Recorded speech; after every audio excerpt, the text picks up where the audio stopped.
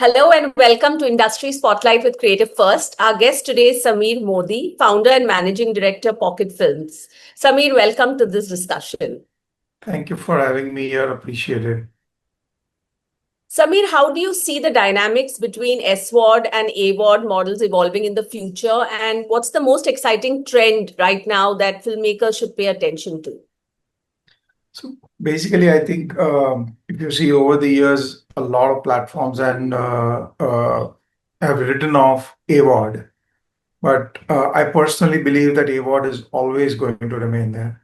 And as we see the current trends now, even the SWOT platforms are actually including some sort of advertising into their ecosystem. Maybe they're discounting the price or something, but they are also depending upon AWOD. So overall, I would definitely say that AWOD is here to stay. AWOD is never going away. There may be different variations, FWOD and freemium and all of that, but AWOD is definitely going to remain. SWOD is definitely good to have because that's directly money in the pocket for the platform. But I don't think that's ever going to be enough, especially in a market like India. Are there any specific genres or storytelling formats that you think have untapped potential in the short film space? So I think the latest trend, of course, is micro dramas and drama. Drama category as a genre, but particularly in the micro drama format. I think that is something that has taken Chinese markets by storm and also the US markets now. And I think that's the buzzword in India as well now. I think almost everybody from a creative side to the platform side are looking at micro dramas. Could you So elaborate what that is? micro dramas basically it is short 1.5, 2 minute episodes and almost 60 episodes in one season or series, but primarily shot on vertical format, so mobile friendly. And basically, all of them, like the name suggests, micro dramas. So it is the dramas which is currently caught the fancy of the audiences globally. And I believe that that is what will happen in India as well. Uh, I would love to experiment with a certain different genre in this particular format, but at this time it's early days and everybody is going for what is known, which is microdramas, including us. So we've in fact just as of Friday launched microdramas on our app. It's currently live on Android app. It'll go live on iOS in a few days. What are the biggest challenges independent filmmakers face today compared to when you first started Pocket Films? I think when I first started Pocket Films, it was, the internet. I think what was missing then primarily, and when I started was what came in was the internet, the ability for people to consume content digitally. And that was just very early days when I started way back in 2009, especially in India, when we were still on the dial-up connection. So, from a creator's perspective, it was actually very difficult for them to reach out to an audience, segregate an audience, and showcase their content. Uh, and then that is why they were very keen to go on any platform which was online, which was digital, and that was new, and at least they could reach out to a larger number of people. Over the years now, that same thing has turned around because now there is so much access and so much content that now the challenge is not getting people to see, but now getting people to see your content amongst the large ocean of content that is present there. So, in one sense, discovery continues to remain the same. The problem of discovery of what the problem was then and what the problem is now, that has changed. But I think still the independent creators, the biggest challenge is discovery and, of course, monetization. Pocket Films recently released its first AI-made short film. Tell us the idea behind it and your experience. So I think it was a very exciting experience. AI is this till you don't really start doing it. AI is this awe-inspiring something that's happening out there, and what do we do about it? So that is something that, instead we thought typically we work with creators asking them to do stuff for us. But in this case, we said, you know what, why not just try it in-house? And we got my team to start looking at a few AI tools. And we said, let's do an experiment. Good or bad doesn't matter, but let's try and push it out there. Let's create something of our own through using AI. I think it was a very exciting journey. The understanding of the different tools and the challenges that we were facing. And but yeah, we were happy that we were able to release that first film, and that first film was in March, which now sounds so long ago. The rate of change with AI is amazing. I think some of the difficulties that we faced then have already been resolved with the new AI models. And I think if anybody who's been aware of it, with the new launch by Google of VO3 and Flow, I think that is going to really change the dynamics. And I would say nothing is finite now, because what you feel is a great technology and solution today, 3 months down the line, that's already obsolete. That's how fast AI is changing. So it's, as they typically say in Chinese proverb, may we live in interesting times. I think these are really interesting times. Tell us more about Pocket Films and what is the key differentiator that it has established in this space? Okay, I think, see, as Pocket Films, we actually started distributing content way back in 2009, and we are amongst the first 5 partners for YouTube in India at that point in time. Because YouTube, honestly, officially not even started their partner program in India when we became a partner with YouTube. And from very early on, we really believed in this model of sharing revenues with the creators and ensuring that the creators participate in the success of their film on our platforms. So we've been, and again, in that time, we identified our niche. Our niche was always helping independent creators, short films or otherwise, documentaries and whatever, to bring their content out and, just try to play a platform which brings content to the audiences. And by grace of God, it has been very well accepted. And even from the dial-up days till now, we have grown. Our channel on YouTube, which was the first platform that we went live with, today has more than 4 million subscribers. We are distributing more than 3,500 plus films across platforms. The films have been aggregated from almost 3,500 creators. So, we have a lot of talent pool which is accessible and available to us. And thereafter, we kept on looking at different platforms, partnering with different platforms. We have almost 4 million subscribers on Facebook. And on YouTube, we have an aggregate of almost 1.8 billion views over the years. So, again, when we started way back in 2009, the general concept was that in India, nobody watches short films. Nobody is interested in short films. Everybody wants to watch features. So I think while I had a belief then, now I can very confidently say, you know what, look at the numbers. The numbers proves me right, and proves them wrong, that yes, there is an audience for all type of content. So that is something that we've been able to develop. And over the years also, we've conducted a number of short film competitions. I think one of them was successfully in partnership with you guys. And we've conducted more than 50 plus competitions, many of them in partnership with international film festivals. So we also understood the entire film festival side of the business, and also particularly focusing from a creator's perspective of what are their challenges when reaching out to festivals. So I think that gave birth to an idea which I have been dwelling on for a while. And the app and the OTT platform is actually my first step in that direction.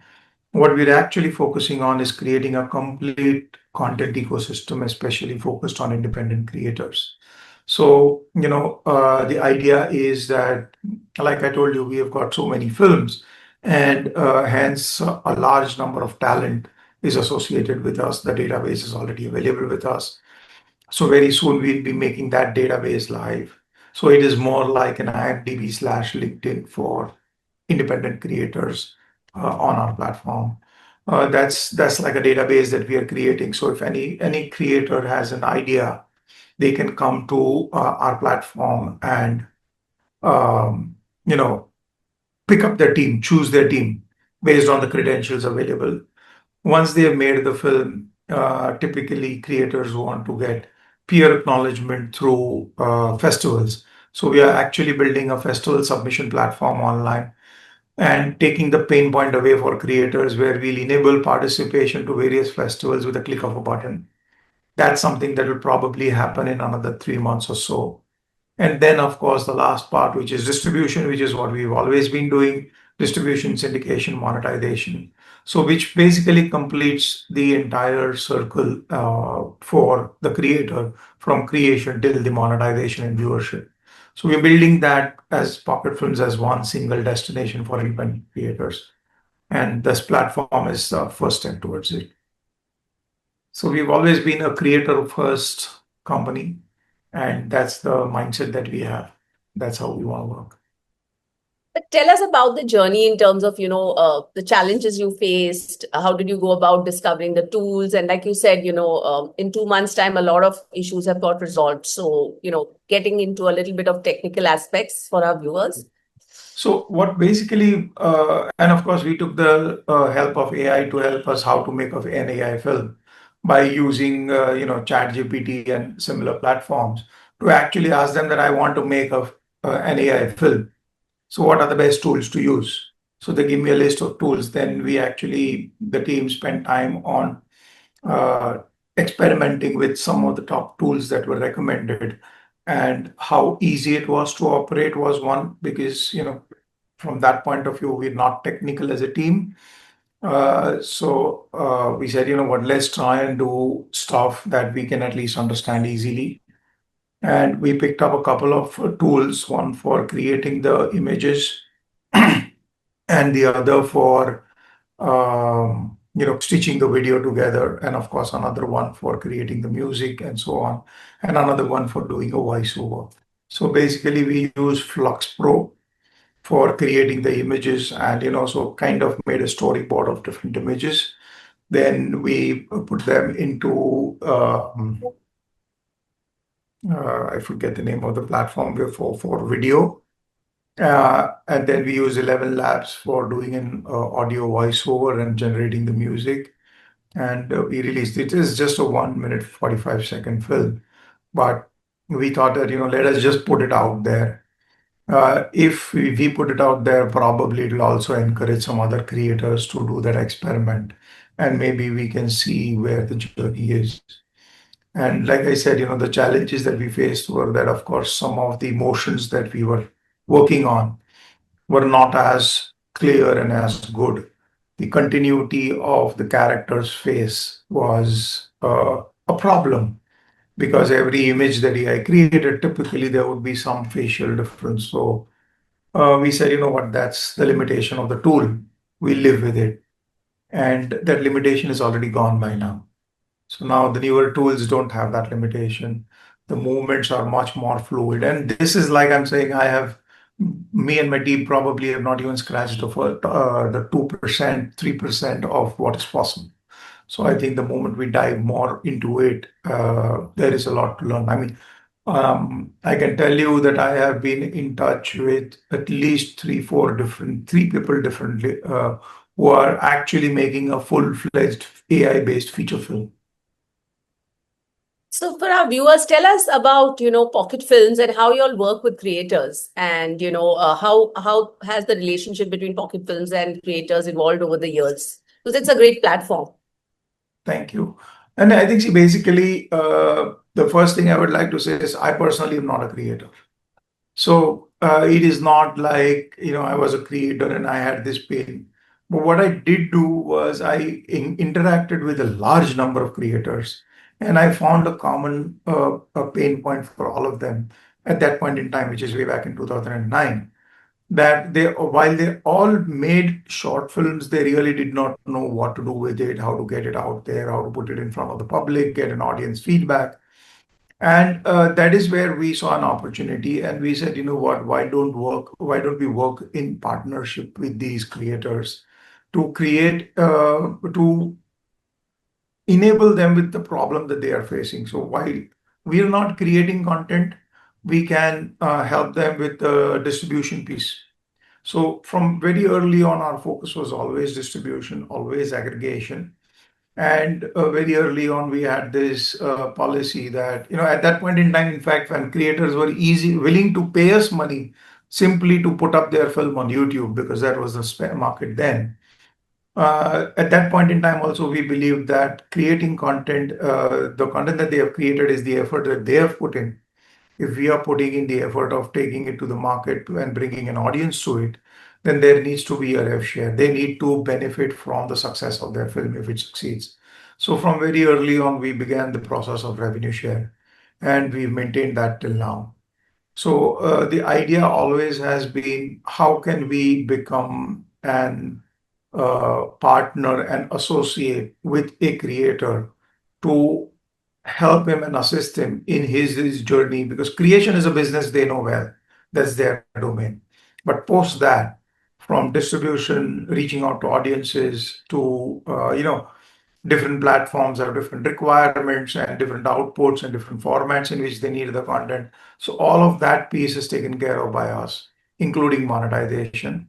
So the idea is how the best way is to partner with them and make it a win-win relationship, such that they get discovered. I think one biggest thing that I think we've been able to solve much better is not necessarily just the monetization. Of course, we monetize a lot for them, but is discovery and getting the talent discovered to a larger audience. So I know of creators who've actually had their films on our platform and then been reached by larger studios to create a film for them or write for them or something of that sort, simply because they liked what they saw on our channel of that by that creator. And so, another creator, like, he literally told me, he said, sir, I give you the film. Now, if I give you multiple films, at least one of a few of them will succeed, and I can actually take that success and go to other agencies or other studios and show, what, this is what I made. This film got 10, 20, 30, 40 million views on Pocket Films. So now give me the next job. And then that's how they really actually set up their careers. What innovations do you foresee in the way short films and independent content will be distributed and consumed in the coming decade? I think it is actually difficult because there is so much changing so fast. But from the creative side, like we spoke about, that AI is definitely going to take a lot of the making production and creation substantially easy. But at the same time, I think while at distribution, AI, other than recommendation engines and all, currently AI is not being used extensively. But I think we are exploring, trying out different options where we can actually start with better use of AI. Like one thing that is almost on the anvil is AI dubbing. So if a film can be dubbed through AI, and if that output ultimately is reasonably well, currently the output is not that well, but I think no longer is it a matter of years, it is a matter of months before that problem is solved. YouTube itself is, in fact, soon to be launching an AI dubbing tool. So the AI dubbing will simply enable the creators to, without really any additional cost, make their content available in native languages across so many different people all over the world, thereby increasing their consumption. Again, and that same thing benefits even from a consumer's point of view, that now they can consume any content in the world in a language which is comfortable to them. So I think that is definitely one thing. AI, I believe, should definitely help in better discovery and better monetization and better ad monetization as well, because the speed with which AI can actually process data and give you insights, I think it is it is still early days, but yes, there are a lot of opportunities. So I think it's definitely for platforms or for distributors. We got to be absolutely on the edge and continue to keep ourselves updating ourselves regularly.